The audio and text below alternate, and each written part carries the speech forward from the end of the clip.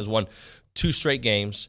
They beat the number 1 team in the country at that time, and they went out and won their first true SEC road game by 21. And the feeling was it just wasn't good enough. And I get it. I think you're right. It wasn't good enough. But it kind of depends on what lens you use to break down a team. So if you think about the preseason lens that we all had, healthy team, could compete for the college football playoffs, then I get it. But that doesn't fit right now, right? If you use that lens from after 2 straight losses in the SEC, well, that doesn't fit either as well because they're a different team now. They are absolutely a different team. Now, if you use the lens that beat Alabama, where the Aggies played their most complete game, well, I don't think that's fair either because that was the biggest game of the year for them and just people were in a zone. And like we told you last week, I think it's somewhere in the middle, guys. There's no magic potion that's going to rid this team of their youth, their inexperience in key positions, and rid them of mistakes, right? But there has been growth, and I'll gladly take a 21-point victory with South Carolina on deck. And with that, we'll begin the Go Hour with our Heisman Trophy voter, and I think one day Heisman Trophy finalist, Olin Buchanan, here on the program. Good morning, OB. Fatalist, maybe. Fatalist? Yeah, I'm with you on a lot of that. I think what you should really take away from that win at Missouri is, not you, but, Aggies, People. is the old cliche about a good team wins when it doesn't play well. A&M, I don't think, played particularly well. I mean, they were good, but they could have been a lot better, and I think they would admit that. Yep. And they won on the road by 21 points. And, it's true that Missouri's not a great team. But, I mean, they're not completely incompetent, especially on offense. And I think there was some frustration maybe with the defense in some regard because they gave up a 97-yard drive. But a lot of that was help. A lot of the defensive issues was, first of all, they only gave up 14 points. That's the bottom line. That's right. And part of that was boosted by some pass interference penalties that may or may not have been they were bad, debatable. Yeah. And then the offense. Here's the thing about that offense: they scored 35 points. People are upset with it. If they were on their B+ game, they score 49, maybe more. You look like you're going to go up to a 28-0 lead. You get a big holding call that moves you back when you would have been at the 14. Okay, clean that up. And then you miss the field goal. And then just for the half, you look like you're going to go up 20, or it would have been 35-7. Yes. And you throw an interception. Well, the ball was thrown kind of behind on the inside shoulder, which allowed the safety to come over and undercut it. If you throw it out in front of the guy, if you don't underthrow it, it's a touchdown. Now you could say, well, why didn't you just keep running the football? And that's a good point. But the way the play call was actually a good call. You're going to score a touchdown. Just wasn't executed. Right. So, and then if Zach Calzada just relaxes a little more and completes the easiest passes that he has to throw, the throw that a competent high school quarterback is going to make, and I'm talking about the swing passes out into the flat. Yep. His numbers would have, I don't know what his numbers were. I got them right here for you. 13 of 25, 148 yards. Okay. If he just completes the little swing passes that are set up in the left flat and one a screen pass to the right where he overthrew A-Chain, completes those easy passes, he's probably, you said 13 of 25, 148. Then he's 17 of 25 for about 225 yards. 225 yards and maybe an extra touchdown. Yeah, I agree. And that should be the easiest thing that he's going to face to try to iron out, the easiest wrinkle iron out. Well, that's why with my lead, I kind of wanted to go into and kind of remember where we were sitting and what we were thinking 3 weeks ago, even in the New Mexico game. And by the way, I find a lot of similarities with the New Mexico game and the Missouri game because we wanted more, and that's what happened here. We wanted more. I think the best thing and worst thing that happened to the Aggies is they got up 21-0 before they could blink, right? And that changed the way you thought that game was going to go. Oh, we're going to beat them 56-10. That was the feeling. There's this fantasy football mentality, just not take your foot off the brakes and just accelerator, and just go, go, go. And they were not able to do that. But a couple weeks ago, we weren't sure he could complete passes. There was a time where easy passes and running the ball at all was difficult. We've seen now 3 straight weeks where the running game is working. We've seen 3 straight weeks where the offensive line has improved. We've seen 3 straight weeks where Calzada, one amazing game against Alabama, he's been fine as a game manager. Is it good enough to go undefeated the rest of the way? No. But if we use the thinking that he's going to improve in these 3-week chunks, we might be on our way up again come Auburn. Yeah, maybe. I like A&M this week against South Carolina. I think everybody does, especially after South Carolina had to struggle to beat Vanderbilt. I think A&M will win that, and then you get that week off to hone on some things. And I think you're right. If Calzada continues to make progress, I don't know that you can expect him to play again the way he played against Alabama, but maybe he will. Again, I came away from that game thinking, just like you said, I wanted more. The quarterback was okay. He wasn't even above average. He had probably had an average game, and you won by 3 touchdowns. So on the road. So again, the cliche that a good team wins despite playing, I don't even want to say poorly, but not playing its best. I think A&M has proven itself to be a good team. Yep. And now the question we're going to have, it's going to be answered in the next 5 weeks, is how good. They're good. Now, how good? Because if they can run the table, they're going to be called excellent, and the narrative will be, even nationally, will be that, they were just trying to overcome the early injuries. I think maybe that's part of the frustration, too, is we think this team could win out, but the team that we saw against Missouri probably can't win out. They've got to get better. And again, I keep going back to how I felt when we weren't sure they're going to win these next few games. The funny thing is, we say the team that we saw against Missouri can't win out, and you're probably right on that.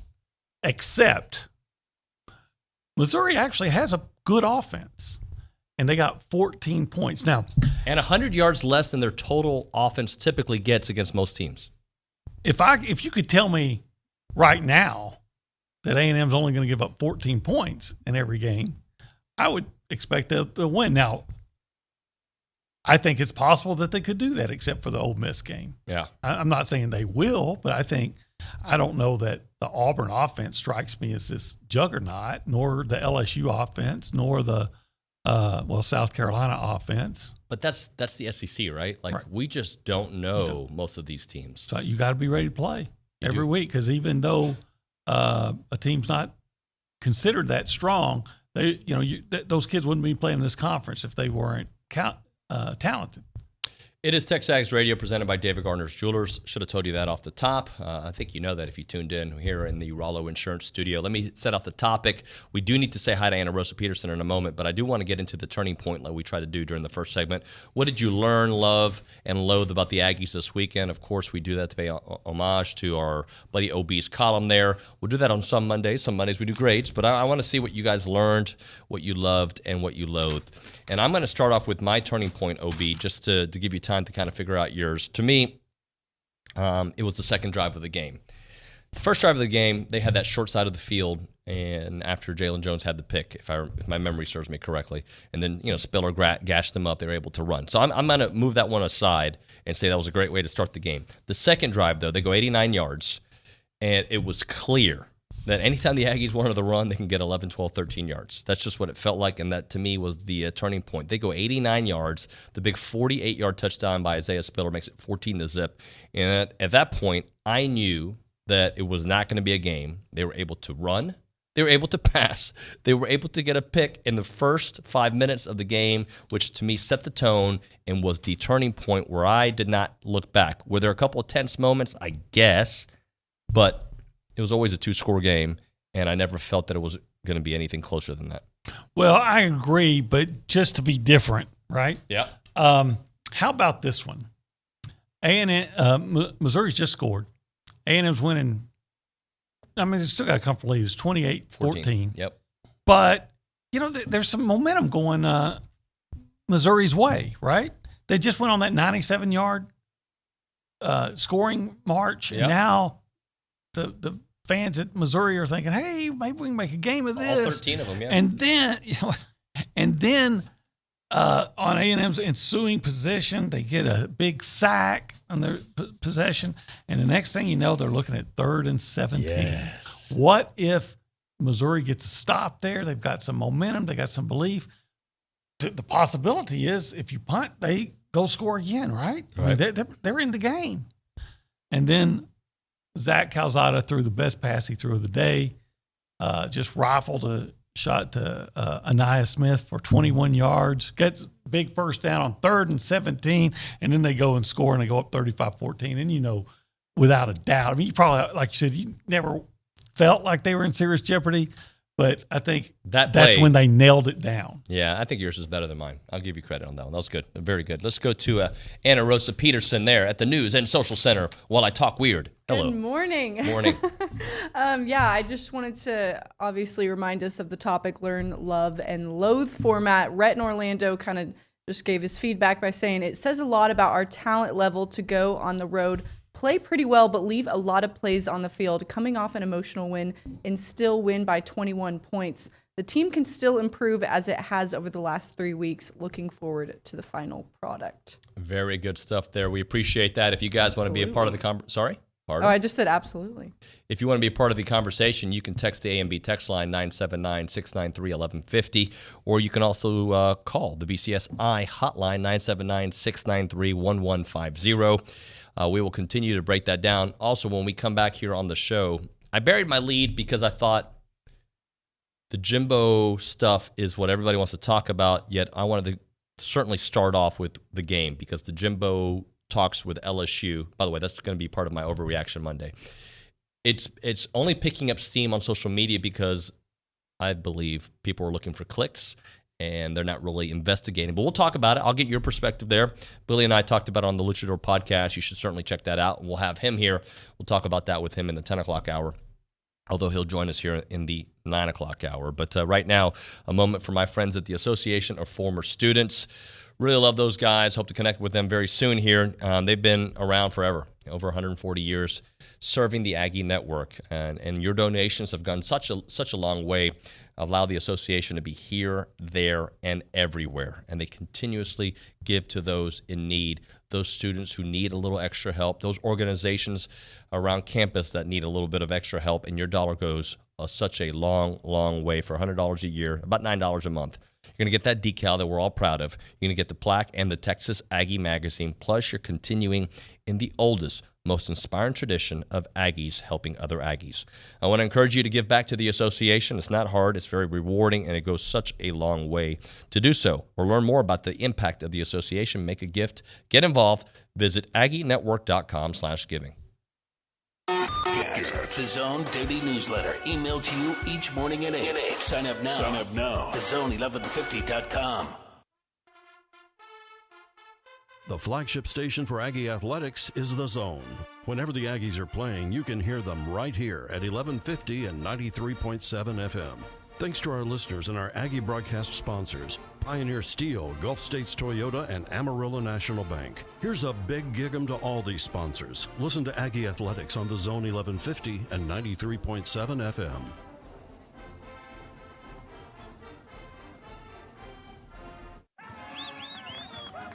Hello, St. Joseph Eagles fans. Listen to St. Joseph Eagles football throughout the season on KEDC 88.5 FM. St. Joseph Eagles football is brought to you this season by these local businesses: Jason Bainski Realtor, Lone Star Roof Systems, Law Office of Jeff Paradowski, Kraus Paint and Body, Wings and More, Blinn College, and Serve Pro of the Brazos Valley. Listen to St. Joseph Eagles football on KEDC 88.5 FM. Special thanks to all of our St. Joseph Eagle football sponsors. The Liucci Hour Happy Hour is a must part of any Aggie football season. Join Billy Liucci of TexAgs and Zach Taylor, the Infomaniac, every Monday and Thursday at 6 at the Tap, or listen in right here on Sports Radio 1150 AM and 93.7 FM. The Liucci Hour Happy Hour every Monday, Thursday at 6 is brought to you by King Ranch Saddle Shop. Also brought to you in part by B&B Automotive. It's the Bellucci Hour, Happy Hour. My name is Bobby. I'm a veteran and lost my leg to a roadside bomb. My victory was going from a wheelchair to becoming a weightlifting champion. I'm Sam. I'm a veteran. My victory was finding a career I can be proud of and supporting my family. America's veterans are on their most important tour, the tour of their lives. I'm a veteran. My victory was going from homeless to home. At DAV, we're on a mission to help veterans get the benefits they've earned. I'm a veteran, and my victory was finishing my education. DAV offers veterans of all generations a lifetime of support for victories great and small. My victory was proving that disability is not a limitation. My victory was getting my service dog a new best friend. Help more than 1 million veterans every year as they face and conquer their challenges. My victory is being able to be there for my family. When America's veterans win, we all win. Help us support more victories for veterans. Go to DAV.org. On Sports Talk, Chip visits with Alabama coach Nick Saban following the upset loss to the Aggies. Coach, you've got guys on your roster that had not experienced a loss before. How have they responded in practice, and what's your message been to them this week? Well, I think you're right about that. Sometimes you want to remember the feeling you get when you don't have success. Sports Talk, undefeated since 1994, only on 1150 AM and 93.7 FM.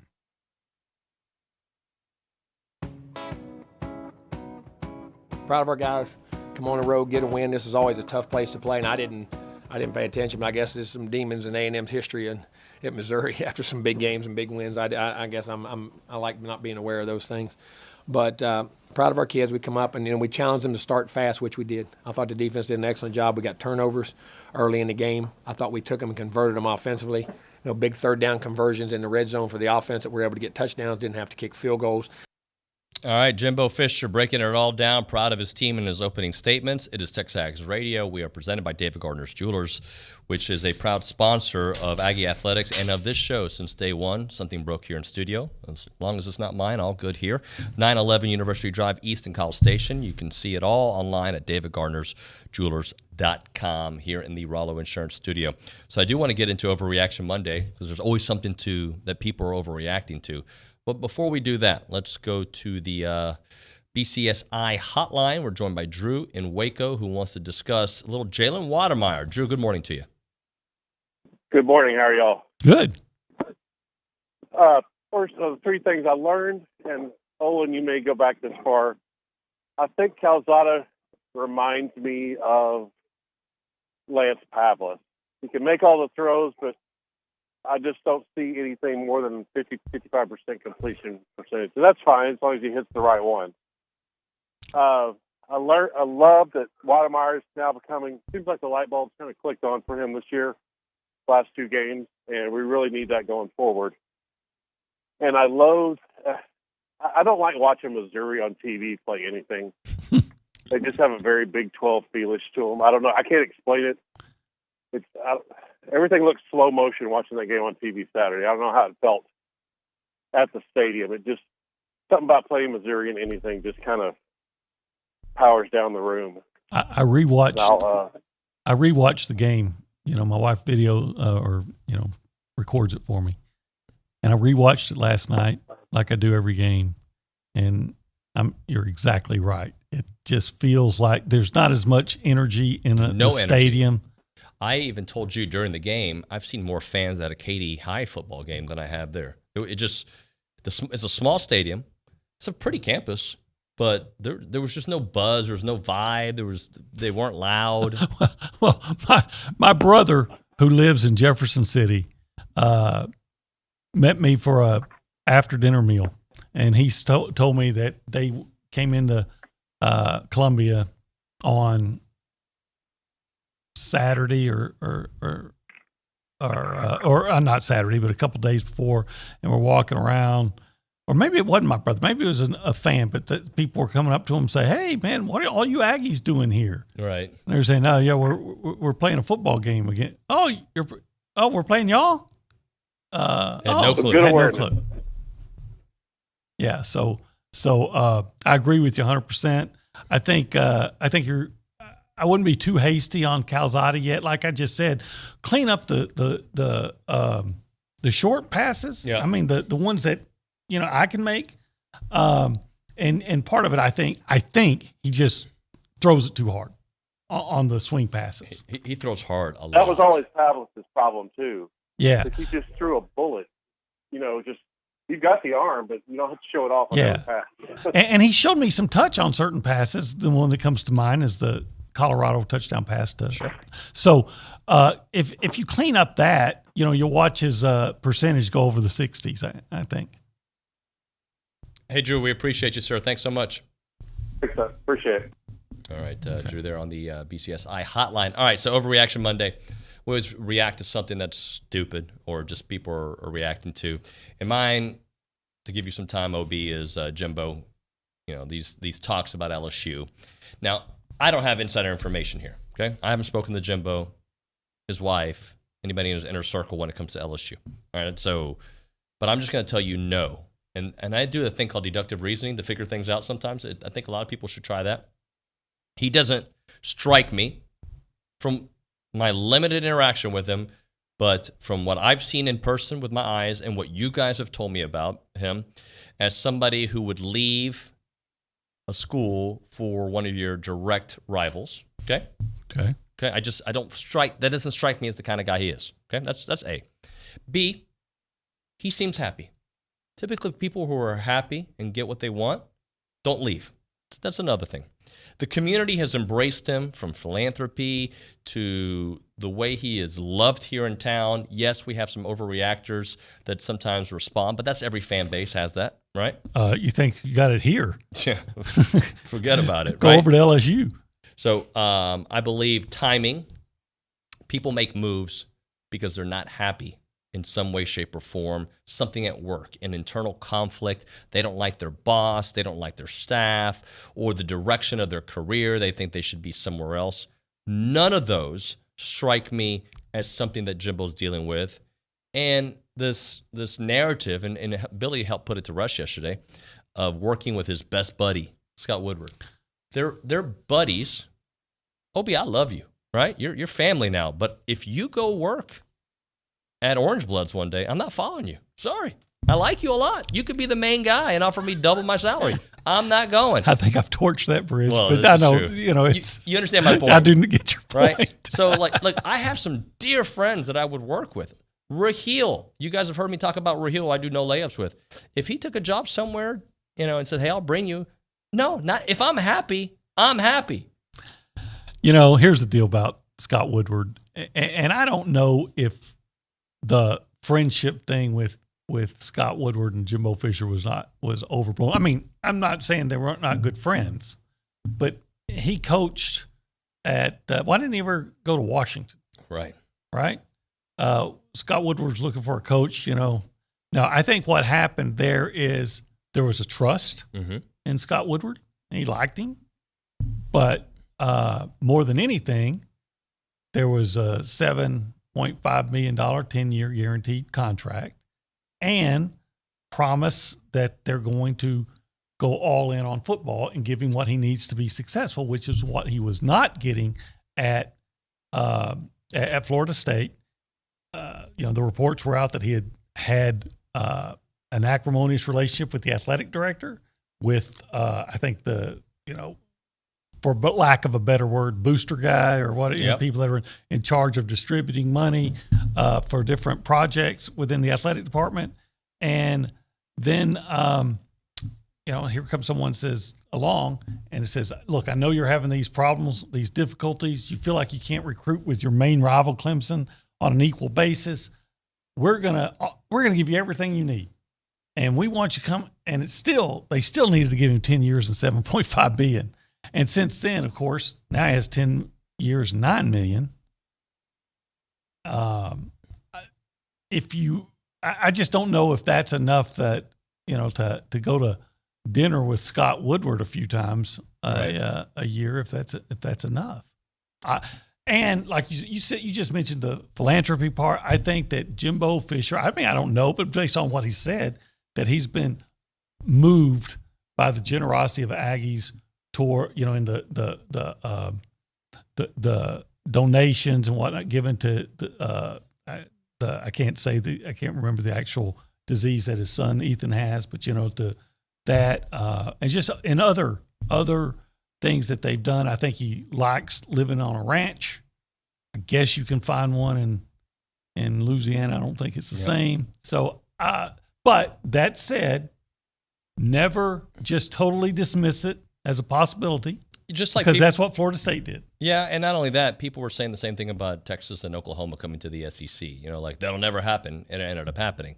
So money does talk, but I mean, are they gonna how much more? You told me during the break, it's even if they went above the salary, right? Like it's still not necessarily a raise. Well, let's say they gave him $10 million.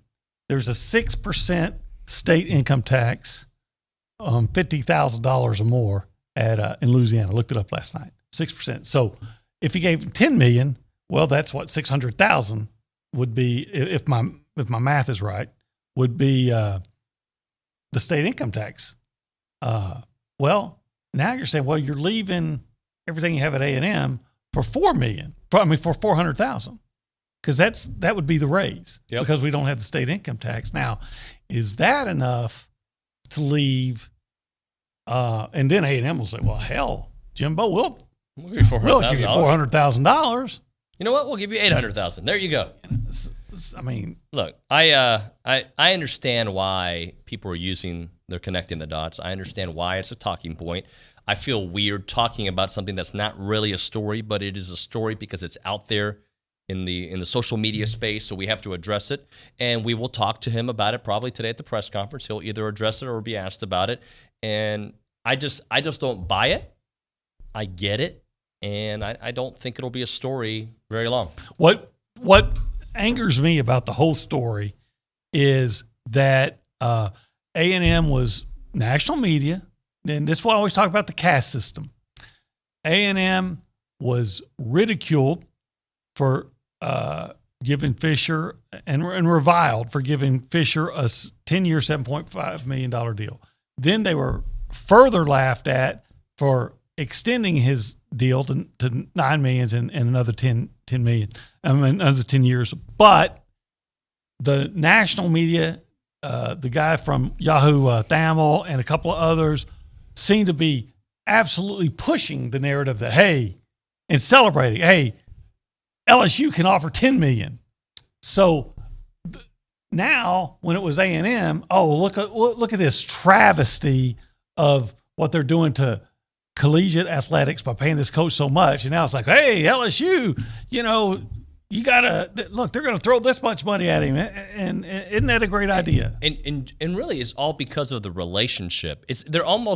They're talking out of two sides of their mouth because Jimbo's not one of the best coaches in college football if you read what some people, and doesn't deserve this contract. All of a sudden, he's going to go to the top destination that's going to be open in LSU, and he's going to make 10 years, and there's no buyout. There is a buyout. You have to pay him more. Then there's what's the right way to phrase it? The buyout isn't the buyout. It is what you have to pay him. You basically have to pay him more than he's making here for him to leave.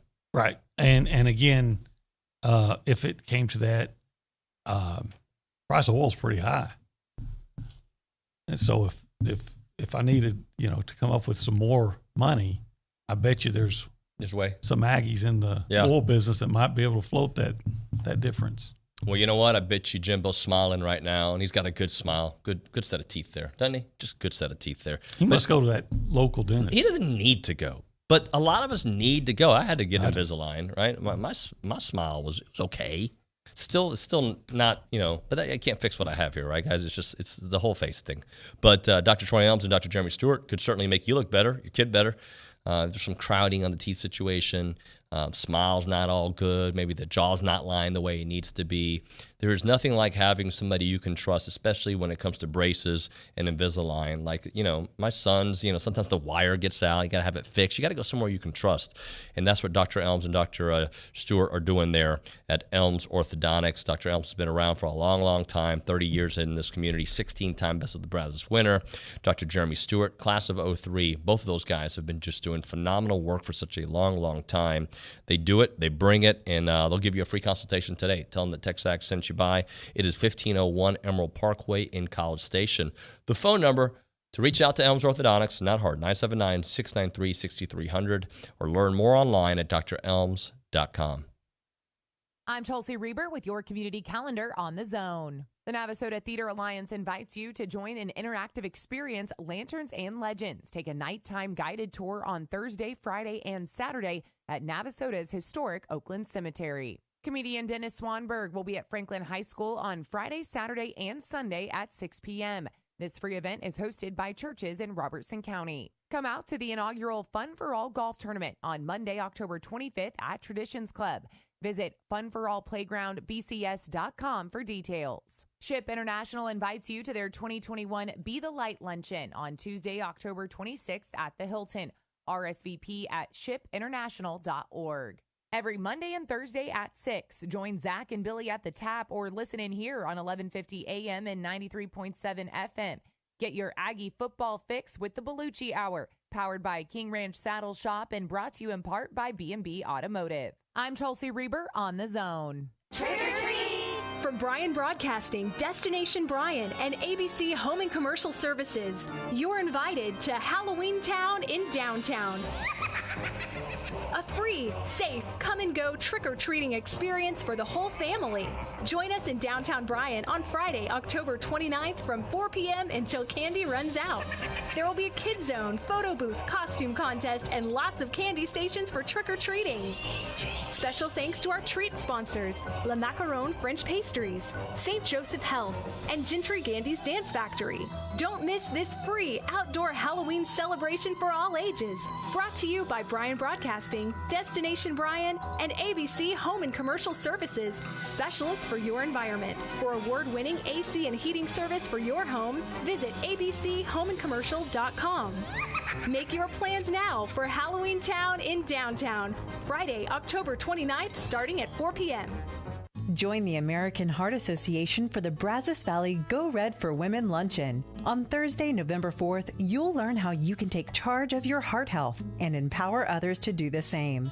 Guest speaker is well-known humorist and motivational speaker Sally Baskey. Go Red for Women is presented nationally by CVS Health and locally by the Donald A. Adam Family Foundation. Go to brazoscountygored.heart.org for more. See you November 4th. Keyshawn, J. Will, and Max. Howie Long joining us this morning on Keyshawn, J. Will. Howie Long, son. Kyle Long joining us this morning on the morning. Thank you, Michael Thomas. It's all in the family. Hey, when I was on the podcast the other day and I said, Kyle, you didn't even say anything. You were just like, I know in your mind, you probably was like, this dummy. Spend your mornings with Keyshawn, J. Will, and Max, powered by WC Tractor. Mornings from 5 to 8 here on The Zone. Yeah, I mean, you're disappointed about a lot of things, but you know that's the game. We're gonna make mistakes. We're human, so we're gonna fix it up in practice and try to come out next week. That is Isaiah Spiller. I like that kid. I mean, he is the nicest kid who plays mean. Like, you just see him run, he plays mean. He hits people, he gets into it. Everything about his game, I co-sign there. It is TexAgs Radio, presented by David Gardner's Jewelers, here in the Rollo Insurance Studio.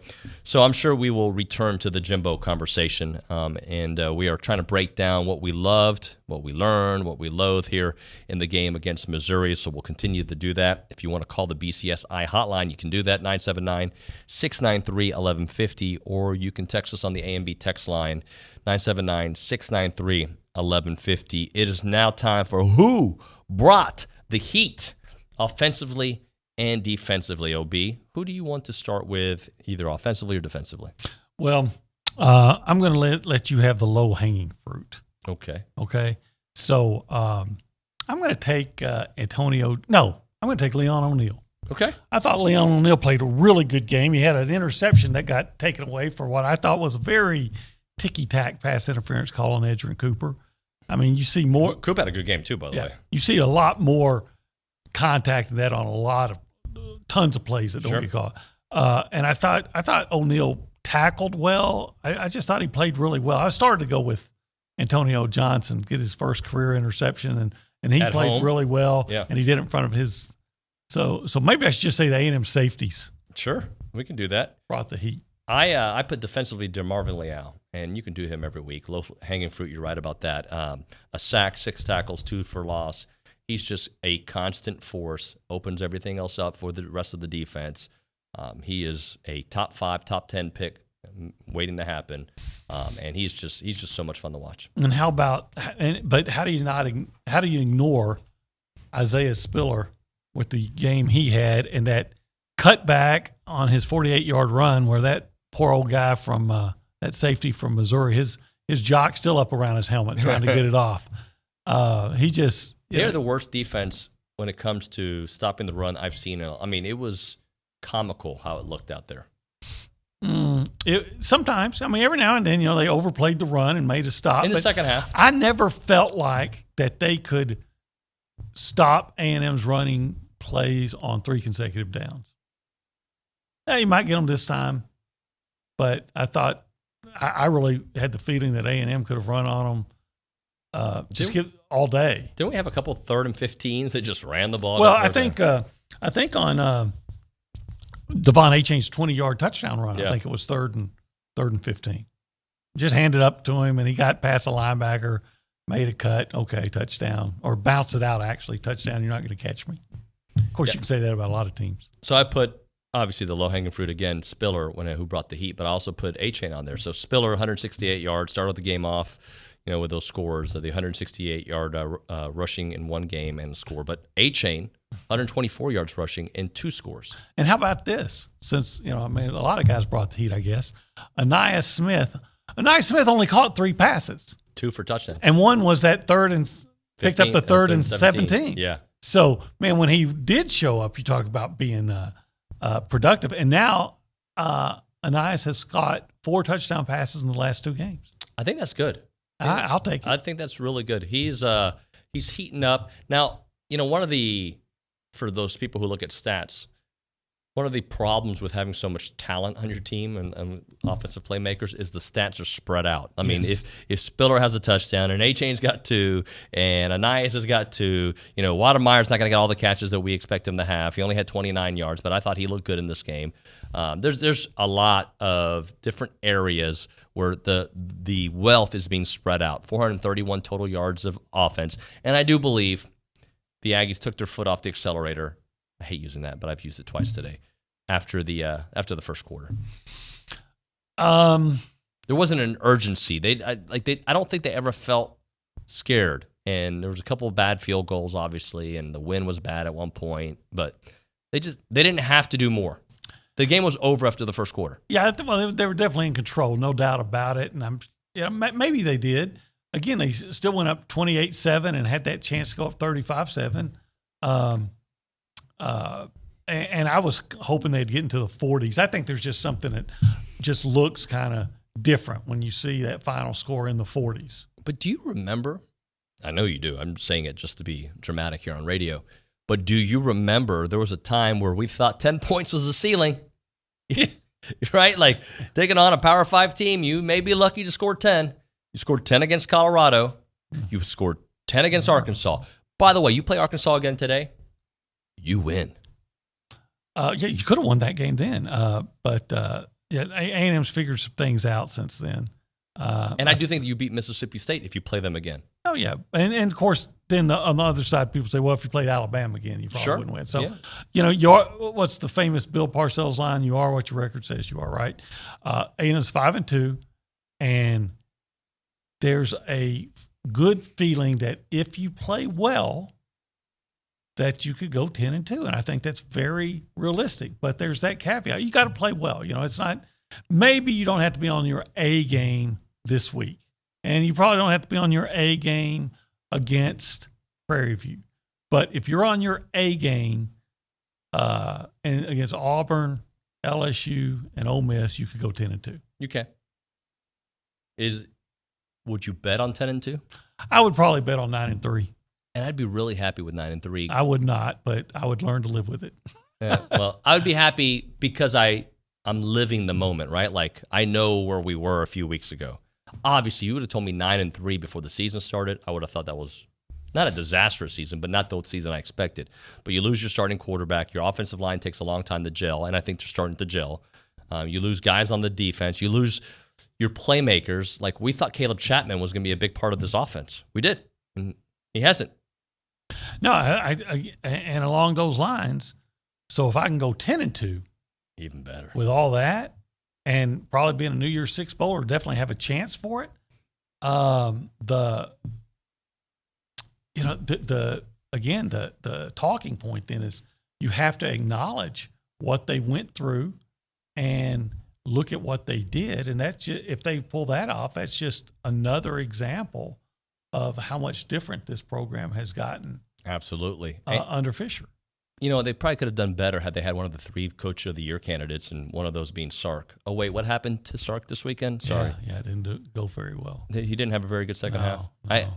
I'm not one that likes to pick on Texas on the air, but I just found that Pro Football Focus just so ridiculous last week, considering what had just happened. When they put Sark as one of the 3 top coaches of the country. I think the writer doubled down on it and said, well, if you look at where they were last year offensively and what they're doing now and this and that and what they lost because of their quarterback situation, the second, you don't put you put the UTSA coach, not UTSA, is it UTSA that's undefeated? Yeah. Yeah, you put him over Sark at this point. Sorry. You don't mess with the Roadrunners. I don't. Isn't it interesting though that you have in San Antonio you have the Roadrunners, in the same city you got the Roadrunners and that Coyote mascot. I don't know. Just that's a good point. Yeah, I never thought about that. I wonder if he ever shows up at the Roadrunner games. They should let him chase him. I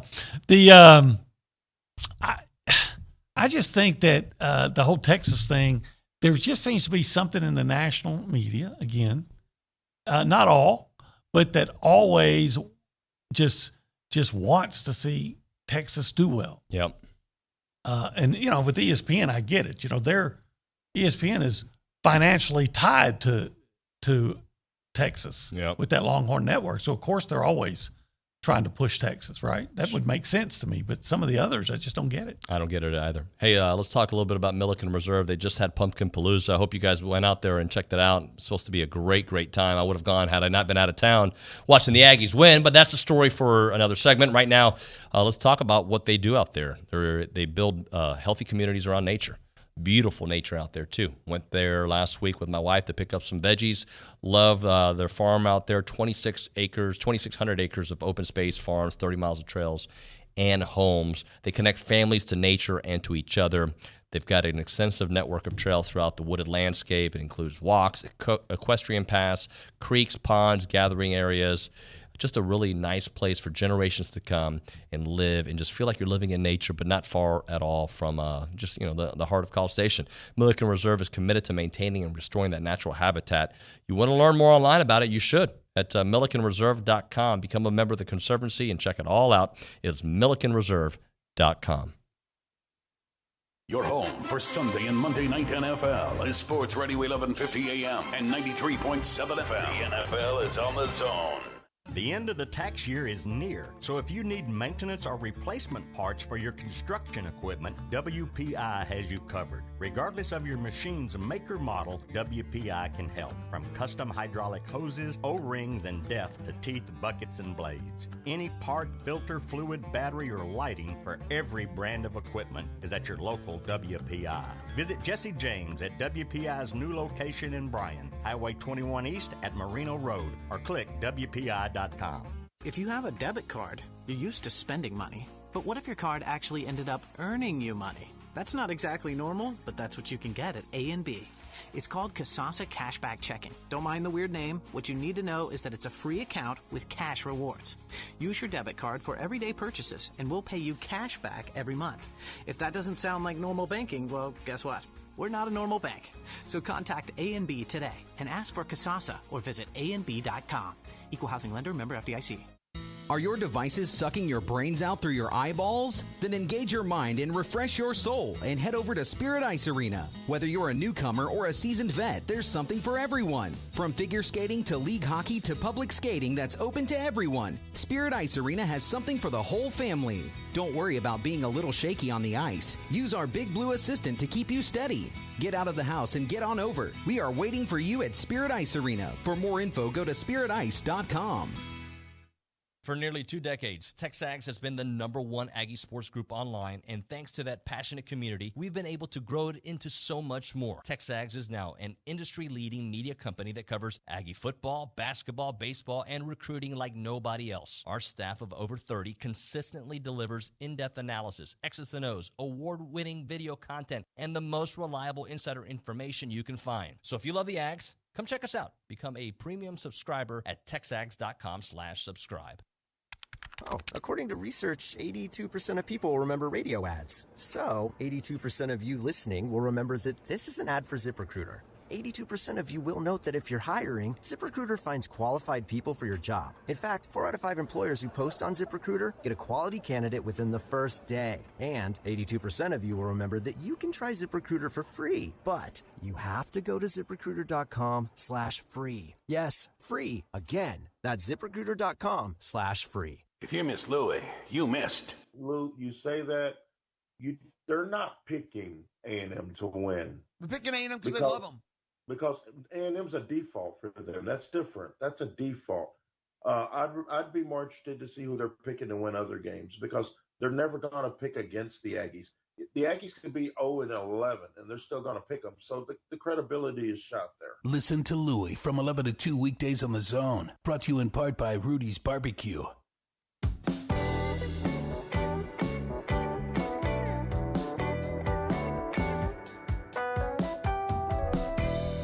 Welcome back. TexAgs Radio, presented by David Gardner's Jewelers, here in the Rollo Insurance Studio. I'm seeing a lot of people wondering why Blake Boast isn't getting some action out there. I don't know if 21-point victory is, one that you bring them in, especially with some injury situations. Do you have any opinions on that, of why we haven't seen Blake Boast? I think that if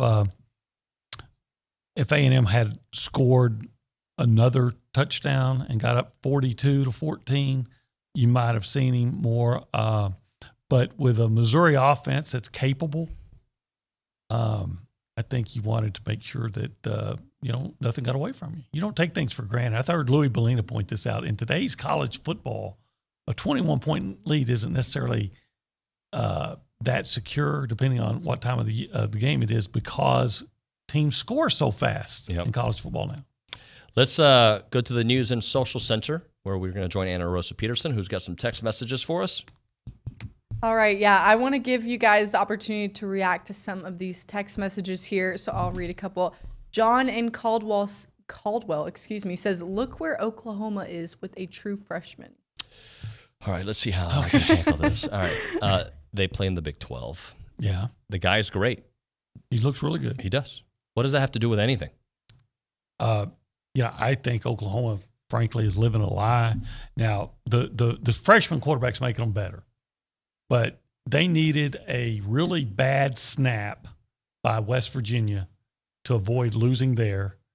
They were precariously close to losing to Tulane. Mm-hmm.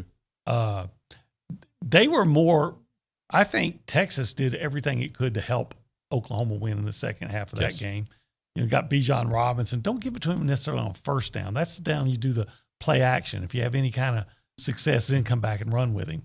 So they were running on first down with him, and Oklahoma was just waiting on it and then putting, them in obvious passing situations. And then, I'll give them the Kansas State win, even though that's not a big deal. TCU, you beat them. They lost to SMU. Right. I mean, what has Oklahoma done that makes you say, well, that's the number 3 football team in the country? Yeah, I mean, look, you got to play the schedules in front of you, and it feels good to be undefeated no matter how you get there. So props to them for that. They haven't done anything in the playoffs ever. But beyond that, I don't know how that situation can be used with what's going on in A&M. Your starting quarterback went down for the year. Well, I guess he's using that as a kind of a veiled criticism of Calzada. Okay, but Calzada is who he is. He's been fine. Would Oklahoma with Caleb Williams at quarterback have beaten Alabama? No. Okay. So don't bring it up. It's moot. I like the way you answer that. Let's move on, Anna Rosa Peterson. All right, CJ says, if you look at the boards, you'd think the Ags lost. The fact is they came out, put their foot on Mizzou's throat, and never really let Their foot. No, I their foot. Words are hard, guys. And never really let them up. The offense was not great, but you still went on the road and won by 3 touchdowns in a clear letdown situation. And Jimbo ain't going anywhere. Let me respond to that because I think Billy said something yesterday that resonated with me. He says he doesn't allow the message boards to kind of dictate his conversation points, right? I'm a big believer in not taking in too much out there. As much as I love Louie, as much as I love Chip, as much as I do the show with you, so it's different. I try not to bring in other people's information in how I do my show. I use my eyes, I write my notes, and that's how I do my show. So regardless of what they say on message boards, what other shows are saying, what the national people, I try to do just my own investigation. That's how I've always done it. I didn't watch Channel 11 when I was at Channel 13, and I have good friends there. I didn't watch Channel 26. I just do what I do, and I think you're very similar. I am, but I do like to see what other people are saying, sometimes to laugh at it. Right. Sometimes to get an idea of what people are really talking about, what's really important to them, and to respond. But, as a columnist, that's what you do. By the way, I do listen to Louie and Chip. I love them. You should listen to them, too. I'm just saying I don't use that as my info. Sometimes Louie, I agree with him. Very often I disagree. His opinions don't influence mine. I do like to know what other people think. With Chip, I just like his, get them before they get you line about animals attacking. Yeah, Chip's my guy. So's Louie. All right, good stuff there. Thank you so much, OB. And Billy Liucci will be joining us here in the other side. Brad, I appreciate you trying to call in. Sorry we didn't get to you. We'll try to do it when we can. It is TexAgs Radio presented by David Gardner's Jewelers. The small Texas town of Llano is where it all began. The Wooten family created Cooper's old-time pit barbecues, mouth-watering recipes, and cowboy-style cooked barbecue. Decades later, you can still get the same great recipes, cooked exactly the same way by the same family, right here in College Station. Dine in, curbside pickup, or catered. Experience the taste of locally, Aggie-owned, nationally recognized Cooper's old-time pit barbecue. Voted best barbecue in the Brazos Valley and proud supporter of Texas A&M Athletics. Our publications reach every corner of the Brazos Valley, and we want to partner with you in sharing your message with the community. You may recognize a few of our Bryan Broadcasting publications. Best of the Brazos Valley. Brazos Life, the annual manual. Welcome home, Brazos Valley. Brazos Family. Brazos Wellness. Brazos Valley Bride. Peace, Brazos Christian Life. With the combined power of 7 magazine titles, 11 radio stations, and digital solutions, Bryan Broadcasting Publications can help you be heard. Call 979-695-9595 to learn more. Want to listen online? Not sure of the prize rules? Would you like to learn more about your favorite host? Go now to Zone1150.com. Zone1150.com. This is KZNE College Station Bryan. Aggieland's home for sports.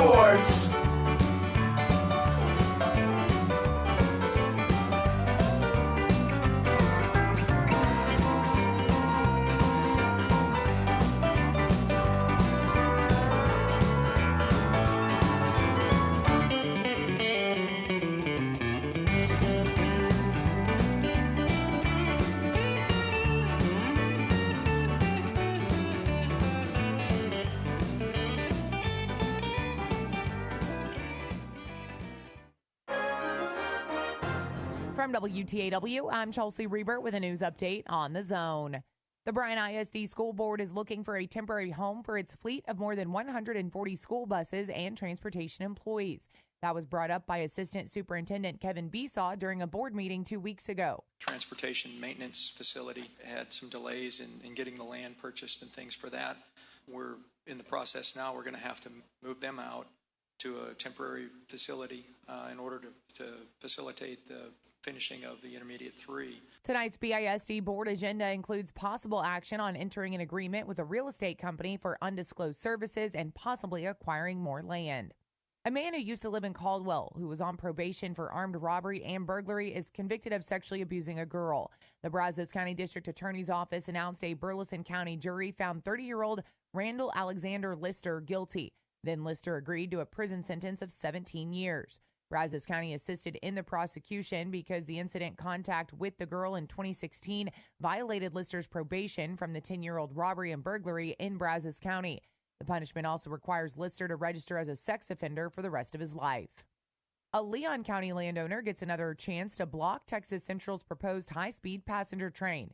The Texas Supreme Court grants a review of James Miles's lawsuit, which he won in a trial court but was overturned by an appeals court in Corpus Christi. Oral arguments are scheduled January 11th of next year. Tomorrow, you're invited to assist more than 150 nonprofit agencies serving the Brazos Valley. Organizers of the Brazos Valley Gives event say donations to foundations serving 6 public school districts will qualify for a 2-to-1 match. The Greater Texas Foundation will contribute $30,000 for contributions to the education foundations in Bryan, College Station, Navasota, Caldwell, Brenham, and Burton ISDs. I'm Chelsea Reber on The Zone. The Bryan College Station Chamber of Commerce and title sponsor of the City of College Station invite you to our 2021 annual banquet at the Hilton College Station on November the 8th from 6 until 9 p.m., featuring a keynote address from Colonel Ross Gibb, Director of the Bush Combat Development Complex at Rellis. Join me, Glenn Brewer, your Chamber President, for an evening of celebration honoring our Citizen of the Year, Irma Cawley, Brazos County Commissioner, our Volunteer of the Year, Mary Mike Hatcher with Bryan Broadcasting, and your new Chamber of Commerce Board Chair, Wade Beckman, with Shipwreck Grill, Amico Nave, Third on Maid, and Admiral Catering. We will also be announcing this year's Chamber Ambassador of the Year. Join us for the Chamber of Commerce Annual Banquet on November the 8th. Tickets and table sponsorships are available. Visit bcschamber.org to reserve your spot. That's bcschamber.org. Good morning, sports fans. I'm Zach Taylor with your Aggie Sports Minute on The Zone. This Sports Minute is brought to you by Hilco Roofing and Supply. Call 936-825-0500 or click HilcoSupply.com. Isaiah Spiller ran for 168 yards and a touchdown as 21st-ranked Texas A&M topped Missouri Saturday 35-14. Coach Jimbo Fisher after the win in Columbia. Proud of our kids. We come up and we challenged them to start fast, which we did. I thought the defense did an excellent job. We got turnovers early in the game. I thought we took them and converted them offensively. Big third down conversions in the red zone for the offense that we were able to get touchdowns, didn't have to kick field goals, got stops and critical, and then we got the running game going. Devon Achane added 124 rushing yards and 2 touchdowns for the Ags, who improved to 5-2 on the year and jumped to number 17 in this week's AP poll. Now for a breakdown of the win, tune into the Liucci Hour tonight from 6 to 7 right here on The Zone. Aggie soccer was at home Friday, playing Alabama to a 1-1 overtime draw. Barbara Oliveri scored the lone goal for the Aggies, who are now 6-7-2 on the year. Meanwhile, nothing doing for volleyball Saturday as the ladies fell to number 23 Florida 3-0. Brianna Rush racked up a career-high 11 kills as the Ags fall to 11-7 on the season and 4-4 in SEC play. And men's tennis wrapped up play at the ITA Texas Regionals yesterday, while the women's tandem of J.C. Goldsmith and Tatiana Makarova advanced to the semifinals in Fort Worth. And that's been your Aggie Sports Minute, brought to you by Hilco Roofing and Supply. On The Zone, I'm Zach Taylor. Game day on The Zone starts 3 hours before kickoff with the Twin Peaks pregame show, and it's powered by TexAgs.com. Game day on The Zone is brought to you in part by Gage Gandy Bail Bonds, Bobcat of the Brazos Valley, Tradition, Mobile One Lube, and Frontier Communications. After listening into the pregame show, you can hear every Aggie football game, home road national championship, right here on Sports Radio 1150 and 93.7 FM.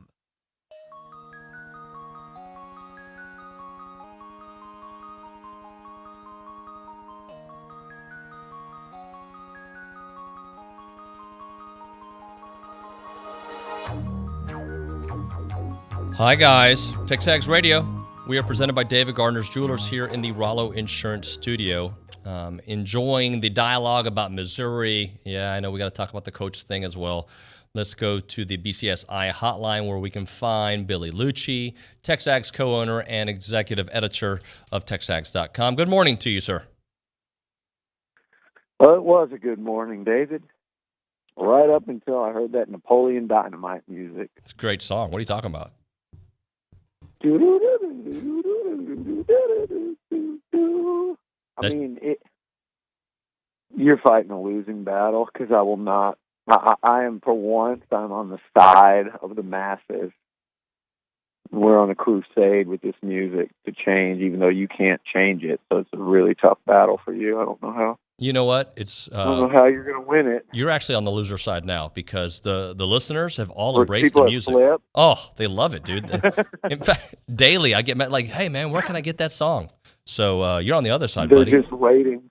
They're just waiting because you have a never-ending stream of weird music to hit them with. I'm telling you, it sounds like Napoleon Dynamite, or like, for people that are like, I don't know if you even remember this movie, because I was a real little kid when it would come on early stage HBO, Flash Gordon. Oh, Flash Gordon? The original Flash Gordon movie. He was the New York Jets quarterback? Yep. Absolutely. That movie was great. Flash Gordon. There were certain shows that just came on old school HBO constantly. There was something like a cartoon with these animals that were in the Olympics. Yeah. And the Fraggle Rock was an early show when you were a kid. Great show. Awesome. And then there were the repeat movies that would come on every day, like The Legend of Billie Jean was a hot one. Did you ever watch First and 10 on HBO? Yeah, that was a little later, but yeah, definitely. Delta Burke, Yanessa, the quarterback. That show was phenomenal. O.J. Simpson, T.D. Parker, I think his name was. Anything with football, you'd watch. I mean, I do remember the football. That wasn't First and 10. That was 10-Yard Fight, the football game on Nintendo. One last one for you. I don't even know if that was a Nintendo. Beastmaster. How many times did you watch Beastmaster? Yeah, that was a classic. that was kind of like was that like a He-Man prelude, or did that come out after He-Man? I think it was right around the same time. I remember that like in the early 80s. Yeah. There you go. Hey, the little football game we talked about on the Luchador podcast, but let's bring it back and just your overall thoughts on how the weekend went and just the vibe around the team. Yeah, just from talking to the players on Sunday and the guys and talking to people in the building, I think everybody was, nobody apologizes for SEC wins, and I think everybody was pretty happy. I think the consensus from talking to the guys on Sunday and the way I felt as well, like watching it was just like a little frustration of, God, we left so many points on the board, could have put those guys, really put them away. And I think that was the only part of it where you go, okay, look, this is when you get a chance to put a team away, because that could have gotten closer, like they go 14 plays, 97 yards, to cut it to 14, and then Calzada gets sacked for a 17-yard sack, where he's got to throw that thing away, and they didn't pick a guy up, and all of a sudden you're 3rd and 7, or I think they got it back to 3rd and 17, and you're 3rd and 17, about to send it back to them. Then they'd have the ball with a chance to cut it to a score, and that's when you bring a sleepy crowd in, and you look up and you go, uh-oh. They weren't expecting this, and yet here we are with 15 minutes left or something like that. So you teased with letting that happen, but then credit A&M. Calzada makes the throw, and Nias makes the catch. They score a few plays later, the game's over. But they could have ended that game really with a score before half, and they had it 1st and 10 on the 28. And then they got the ball back to start the third quarter, could have ended it again. And it really could have been 42-7, one drive into the third quarter. You could have emptied the bench. You had some guys get banged up late. I don't think it's anything serious, but it could have been. So you, again, finish a team off when you can. And more than that, too, I think the execution, probably you just walk away feeling a lot better about the way maybe you executed in the passing game. And you take away a 97-yard drive by your defense, and you would walk away going, man, that was a pretty incredible performance by the A&M defense. So I think they were close on Saturday, but I go back and I say they won by 21 on the road. It was 21-0 after 3 possessions, coming off the highest of emotional highs, and going to one of the more, dead atmospheres you can play in the SEC, much less at 11 a.m., and against a team that not only isn't a named program, but they always give A&M problems. I think a lot of it over time has had to do with that exact fact. Even in the Big 12, you kind of go, oh, we're playing Nebraska, we're playing OU, we're playing Texas. Oh, here's Missouri. Texas Tech's a rival. Oh, here's Missouri. And the same things happen, I think, at times in the Big 12, and it's come back. I mean, in the SEC, it's come back to haunt A&M. So there were a lot of reasons why that game could have been more competitive than it was, and it wasn't. I mean, like I said, David, you know what? I guess did they score their third touchdown? I guess it was in the second quarter. They went up 20, but 3 drives in, it's 21-0. From that standpoint, you really can't ask for anything more. And it was never close. It was never close. Well, one thing I want to remind people, too, is the fact that Missouri can attack you similar to the way Mississippi State can. Obviously, Mike Leach has a different offense, but I'm saying they're a very offensive team that can throw these short passes. And just a few weeks ago, you had a hard time with that. This week, you only give up 328 yards total to a team that I believe averaged over 430 yards a game leading into that game, and only gave up 14 points with one really bad drive. Other than that, pretty flawless execution. Yeah, exactly. I thought, again, the way I'd describe it is A&M, the defense gave up one drive and one play. They had that 30-something yard run to Beatty where they lost leverage. Pretty obvious they lost leverage on it, and then he turned it into a pretty spectacular touchdown run. But they contained him. Other than that play, they generally stopped him before they started. They did what they didn't do to Rodgers a couple of weeks ago, David, which was they pressured him. They got him off his spot. They made him uncomfortable, and that led to some bad throws. This is a guy who's pretty good. You know, I wouldn't say he's a great quarterback. He's pretty good, though. I mean, he's certainly shown he's capable. Last year, that vaunted Arkansas defense, Barry Odom, the great Barry Odom, who has been getting shredded the last couple of weeks. The great Barry Odom, they put up 38. Or he threw for 380 on the great Barry Odom. And a few weeks earlier, he threw for, I think, 405 or 415 against LSU and those DBs there in Baton Rouge. So when he gets going, a lot like Will Rogers, you let a guy get hot and get in rhythm and stand where he wants to stand and throw the ball on time, he can have a field day. And so to me, I like where you mentioned Mississippi State because I just think you're looking to see progress, and I think we saw progress. Do I think Missouri's offense is as tough as State? No, but in some ways it is because there's so much more of a threat to run the football. There's so much more of a threat. I mean, Beatty's one of the better running backs in this league in terms of production as a runner and a receiver, and that adds a whole different element that you don't see in Mississippi State. So it didn't worry me, but I thought, I could have seen Mizzou scoring 20 plus in this one. I thought I would have seen it being like a 41-24 game maybe, where it's a 10-point game in the fourth and a little A&M pulls away. But I thought the Aggies were going to have to pull away gradually, and I thought they would do that. But to come out and, like I said, hit him in the mouth 21-0, intercept Bazelak a couple of times on the first 3 drives. There's a lot of things they did good that we were hoping to see. Most notably, create turnovers, run the hell out of the ball, and come out and establish dominance early and kind of silence that crowd and let everyone know that there's going to be no letdown this week. And to me, those were the 3. There were 4 big boxes, and they checked 3 of them. And the 4th was for Zach Calzada to capitalize and build on that Alabama momentum. I'm not sure. I don't think he did that.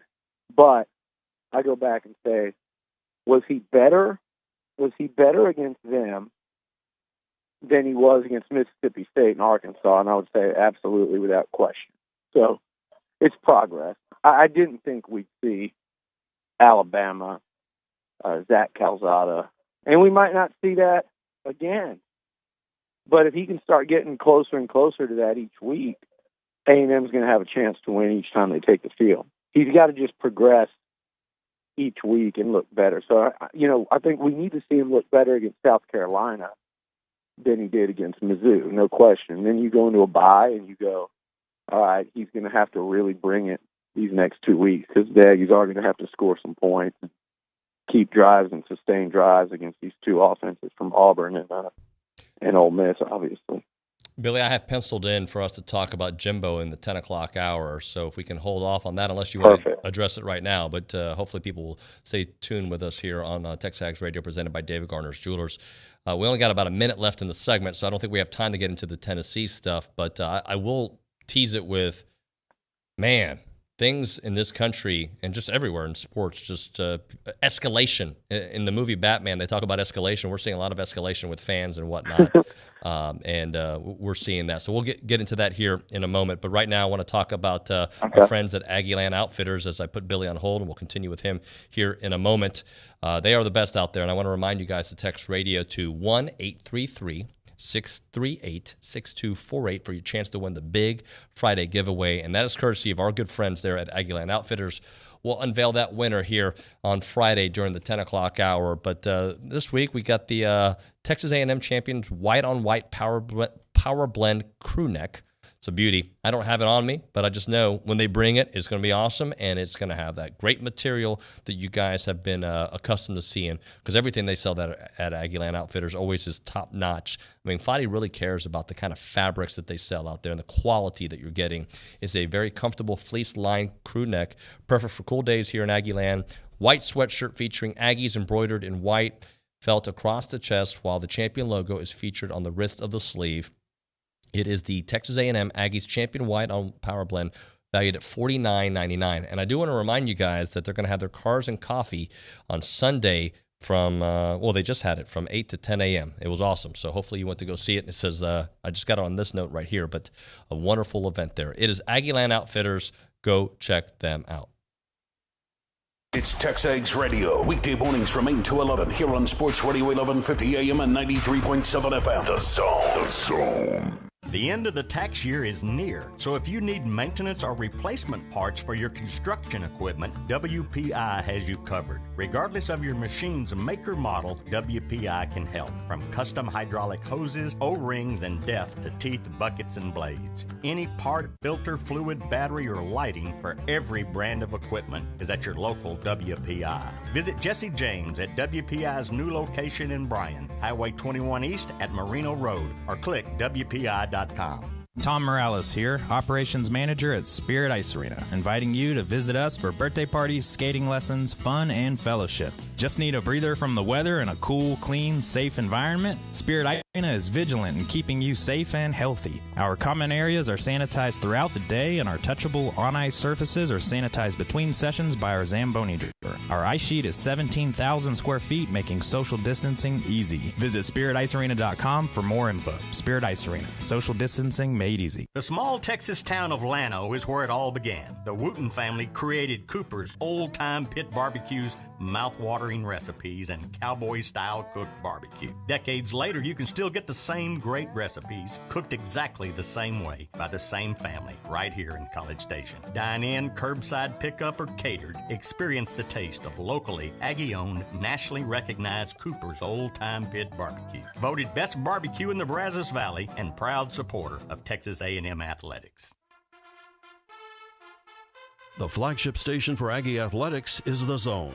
Whenever the Aggies are playing, you can hear them right here at 1150 and 93.7 FM. Thanks to our listeners and our Aggie broadcast sponsors, Park at Tradition's Exceptional Senior Living, First Financial Bank, and Cooper's Barbecue. Here's a big gig-em to all these sponsors. Listen to Aggie Athletics on The Zone 1150 and 93.7 FM. Maureen saved big shopping epic daily deals at Amazon. So now she's free to become Maureen the Merrier. And with her brand new tableware, everyone's welcome at Maureen's table. All of her family, friends, even her neighbor with the pet. Hey, has anyone seen a ferret around here? Found it. Dig into Amazon's epic daily deals. Spend less, smile more. Listening to The Zone on your smart speaker is easy. If Louie can do it, anyone can do it. 2 simple steps, and you can hear Chip Howard Sports Talk, TexAgs Radio, The Louie Bellina Show, or Aggie football, basketball, or baseball on your smart speaker. Step 1, and one time only needed. Say, enable Zone 1150 skill. Then anytime you want to hear your favorite host or teams, all you have to do is say, play Zone 1150. Make sure to set it up and say, enable Zone 1150 skill. And then listen in anytime just by saying, play Zone 1150. We just got to go back into the playbook, go watch it film, and then just fix mistakes, because when you look at the film, we're going to see a lot of mistakes. We just got to do what we can do to get better each week and just go attack our next opponent. There's Antonio Johnson. What a great performance by him, by the way, in doing it in front of a lot of friends and family. I think he said over 60 family members were out there. It is TexAgs Radio, presented by David Gardner's Jewelers here in the Rollo Insurance Studio, talking to Billy Liucci on the BCSI hotline. And Billy, let's kind of identify some players out there that sometimes don't get a lot of the love. Your thoughts on the way Antonio Johnson's played this year? Oh, I think he's gotten his fair share of love, and deservedly so. I think he's been pretty special. I mean, he's on the very short list when you start naming best players at the midseason point on this defense. And, you know, if you talk to anyone in the program, that's not surprising. And that's been – I tried to tell people when he was being recruited what a big deal he was. This was a guy that Nick Saban wanted, and Alabama thought could play corner for them. You saw him play some of that on Saturday. He can play anywhere in the secondary. He's an impact guy. It was thought to be a very significant recruitment within the Bright complex when A&M got him. Actually, Howell went up there and did his commitment video, if folks remember. We sent a whole crew up to East St. Louis, got that. So, yeah, he was up there with his family. But, man, he's special. He's a special player. Looks the part. He can really, really run. I keep saying in a couple of years, or, next year maybe even, when you start seeing more Jordan Gilbert and Antonio Johnson, those are what you want the safeties to look like in terms of like their range and how they can cover. And I think eventually, probably next season, because with Leon being a senior, I think next season you look up and Antonio will be playing what is his natural safety position. And I think he's an all-SEC kind of guy without question. Heck, he's playing at that level now. Another one I wanted to bring up was Edge Cooper, who did have that penalty. But other than that, 8 tackles, 7 of those solo, 1 tackle for loss, just the way he's progressing this year. Yeah, and I didn't think that penalty was that bad. I mean, that's a tough ask for a linebacker. I thought he showed some skill. He has shown skill out there in coverage already this season. I love him. He's another one I've talked about. I mean, look, a year ago when these guys got hurt, I'll say it was a year and a half because they were midterm guys. But when that class got here, there were 4 names on that defense that I think insiders felt, okay, these guys have a chance to be special, like as good as anyone in the SEC at their position. And the obvious ones were Jalen Jones and McKinley Jackson. And then after that came the other 2 in that group were maybe a little more surprising to people that just kind of follow recruiting and the rankings or whatever. And it was Antonio Johnson and Edge Cooper. And that was from the very get-go. So what you're seeing is kind of all depending on who's ahead of them and their own personal development as players, but you're seeing all 4 of these guys start to emerge as key parts of not only the future, but the present of this defense in the here and now. And by the way, 2 guys I do want to mention, with Peavy out, we saw a lot of 34 and 6 on Saturday. So Isaiah Rake and those 2 guys, to me, deserve some mention. Darius Jones and Isaiah Rake. I thought they played well in there and were a big part of A&M containing Beatty. They get inside push.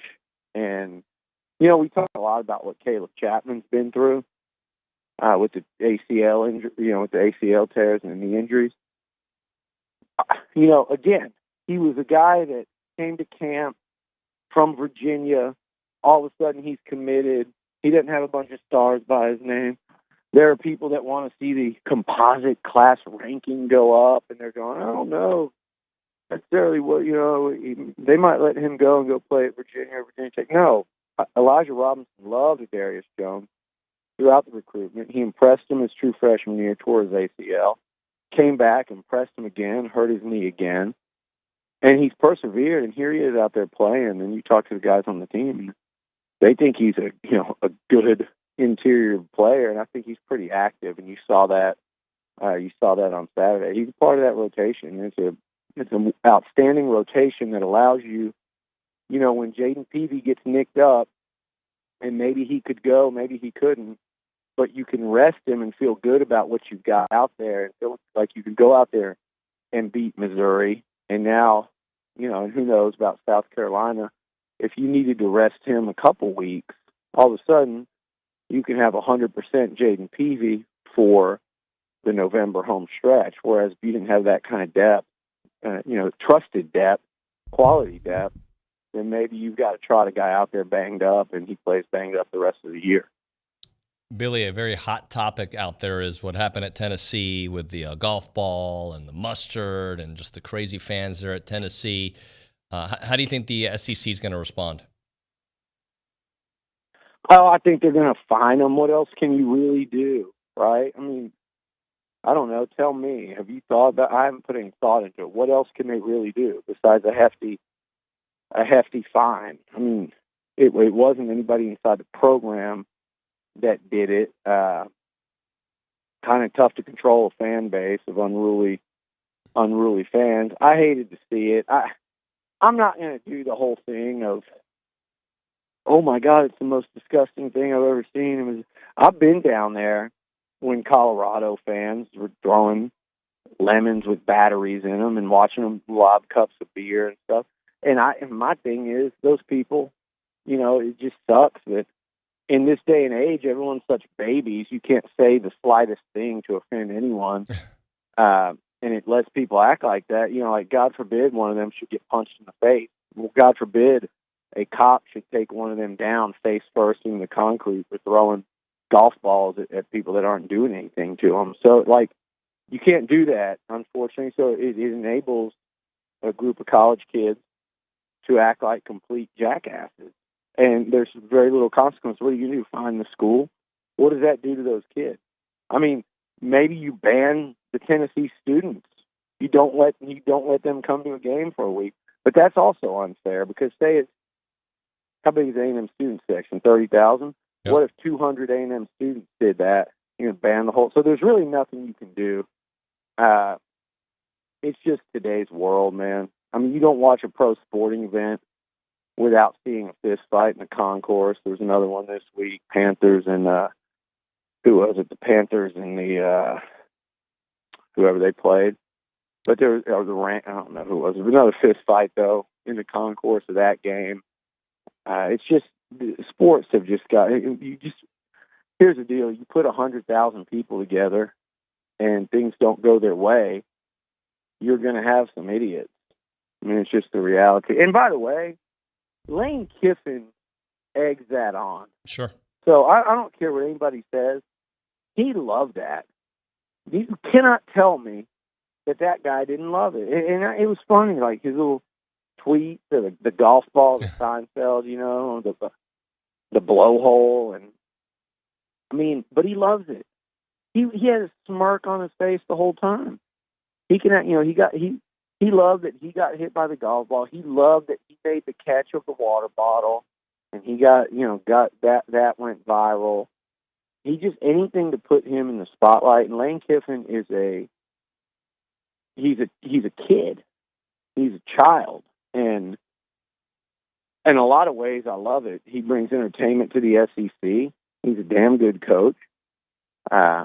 I don't think he's elite. He's an elite offensive coach. He's a damn good coach, and but when it comes to a situation like that, he's culpable on some level as well.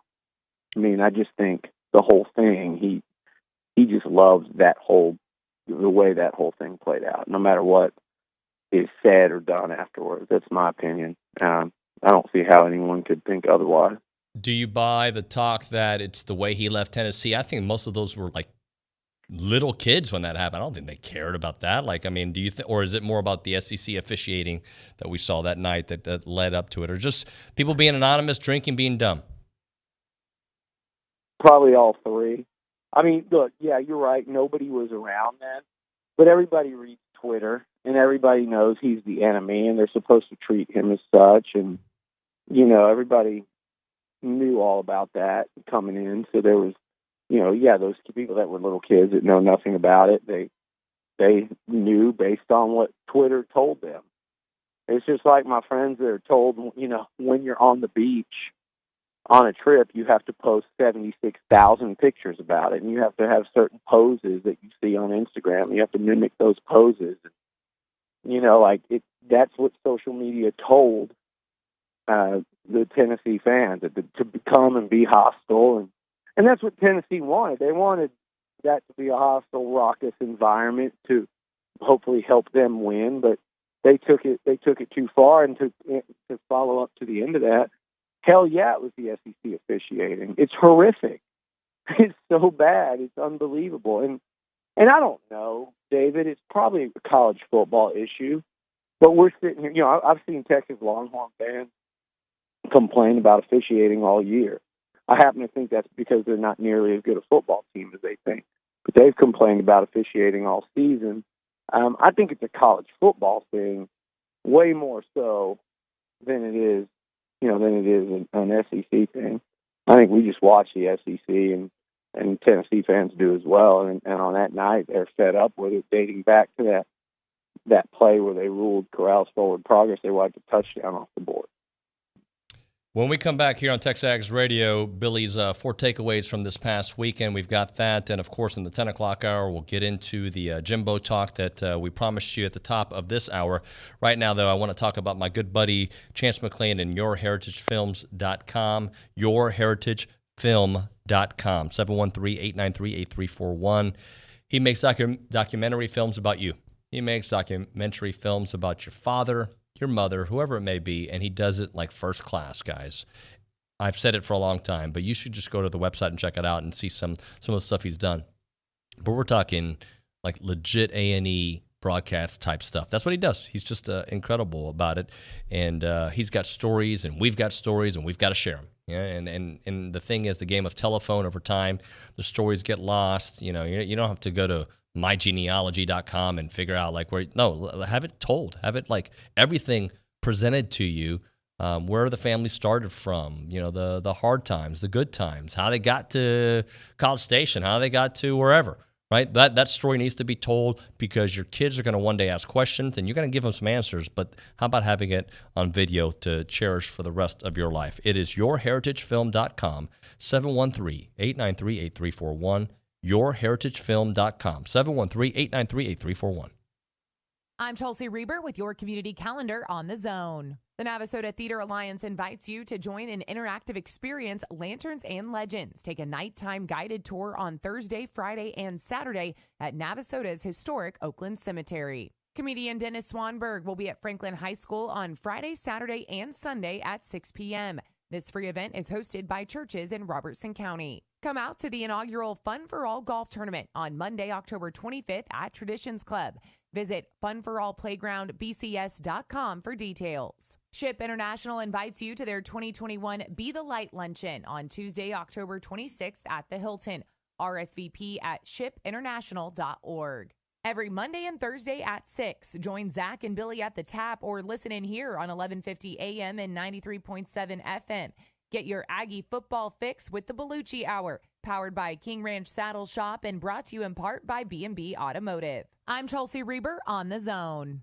Hi, this is Jeff Vanderwood with Veribank. Veribank is continuing to grow in the Brazos Valley with a brand new full-service banking center on Highway 6 in front of Academy.